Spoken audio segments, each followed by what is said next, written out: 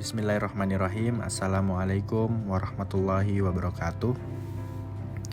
Perkenalkan, kami dari kelompok 3 akan membawakan materi kompetensi dan kompensasi. Sebelum kami menjelaskan tentang kompetensi dan kompensasi, ada pepatah yang mengatakan, yaitu tak kenal maka tak sayang. Maka dari itu kami akan memperkenalkan anggota-anggota dari kelompok kami.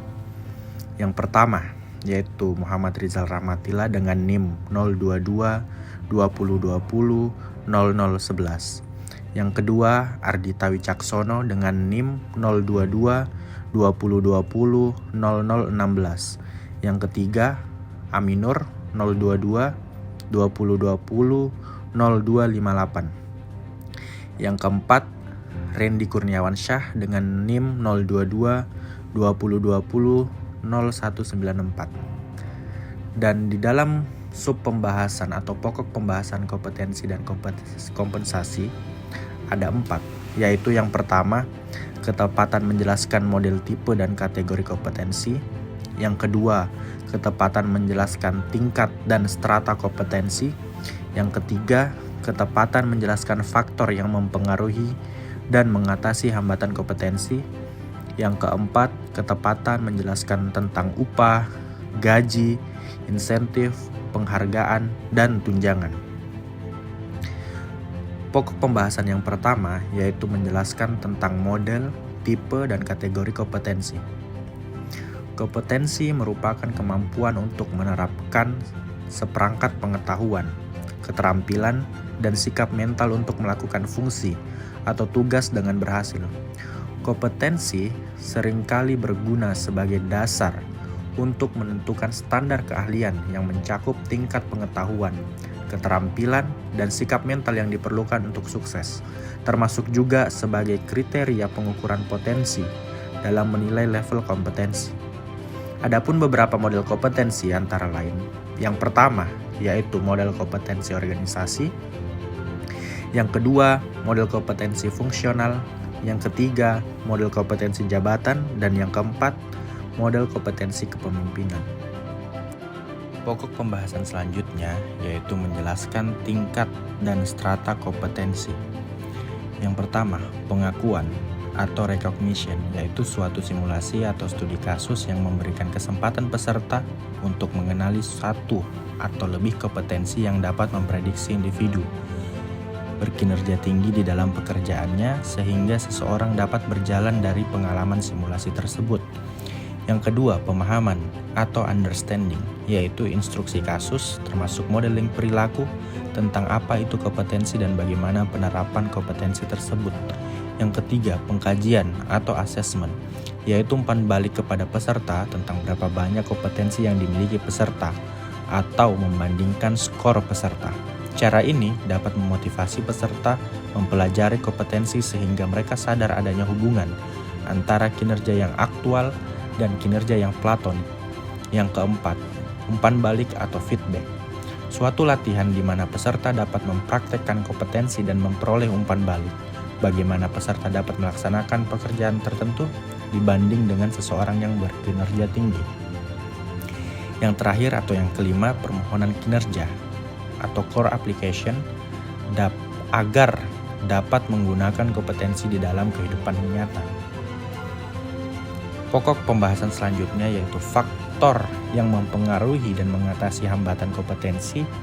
Yang pertama yaitu keterampilan, yang kedua pengalaman, yang ketiga karakteristik kepribadian, yang keempat motivasi, yang kelima isu emosional, yang keenam kemampuan intelektual, yang ketujuh budaya organisasi.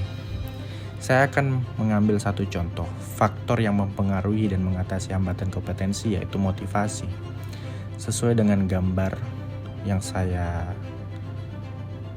siapkan, yaitu the harder you work, the better you get.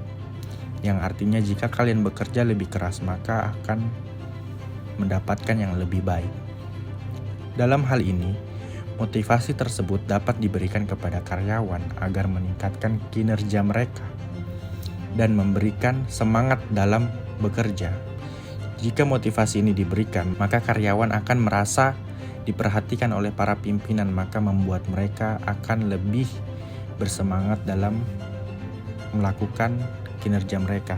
Selain motivasi, bisa juga diberikan seperti reward, seperti insentif yang membuat mereka bekerja lebih baik dan lebih dihargai di dalam perusahaan. Pokok pembahasan selanjutnya yaitu menjelaskan tentang upah, gaji, insentif, penghargaan, dan tunjangan.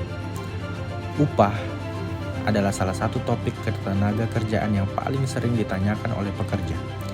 Kebijakan pengupahan yang diatur oleh negara mencakup upah minimum, struktur dan skala upah kerja lembur, upah tidak masuk kerja dan atau tidak melakukan pekerjaan karena alasan tertentu, bentuk dan cara pembayaran upah, hal-hal yang dapat diperhitungkan dengan upah, dan upah sebagai dasar perhitungan atau pembayaran hak dan kewajiban lainnya. Yang kedua, gaji adalah suatu bentuk pembayaran secara berkala dari seorang majikan pada karyawannya yang dinyatakan dalam suatu kontrak kerja.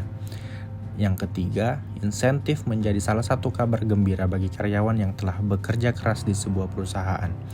Melalui pemberian insentif tersebut, setiap pekerja yang memiliki dedikasi tinggi akan merasa dihargai oleh perusahaan tempatnya bekerja. Seperti yang saya sebutkan sebelumnya, yaitu insentif akan mempengaruhi kompetensi dalam bekerja karena akan memberikan faktor pendorong atau faktor penyemangat bagi karyawan untuk meningkatkan kinerjanya. Penghargaan ialah sesuatu yang diberikan pada perorangan atau kelompok jika mereka melakukan suatu keulungan di bidang tertentu. Dan yang terakhir yaitu tunjangan adalah tambahan pendapatan di luar gaji sebagai bantuan dari perusahaan, lembaga, atau institusi tempat bekerja. Dalam sistem pengupahan di Indonesia, seharusnya sebuah organisasi atau perusahaan yang sudah berbadan hukum mengikuti aturan dan kebijakan yang sudah diatur oleh pemerintah, yang sering disebut UMR, yaitu upah minimum regional. Di dalamnya mengatur tentang standar minimum pengupahan karyawan. Namun biasanya organisasi atau perusahaan memiliki kebijakan sendiri dalam menentukan upah. Cukup sekian presentasi dari kelompok kami. Sebelum menutup presentasi ini, kami akan mengutip sebuah hadis yang artinya, barang siapa membuat susah dan menimbulkan kesulitan bagi saudaranya, maka Allah akan membuat dia ikut susah. Siang-siang pergi ke kota, jangan lupa beli alpukat. Demikian presentasi kita, semoga bisa bermanfaat. Kurang dan lebihnya mohon dimaafkan. Terima kasih atas atensi dari teman-teman. Wassalamualaikum warahmatullahi wabarakatuh.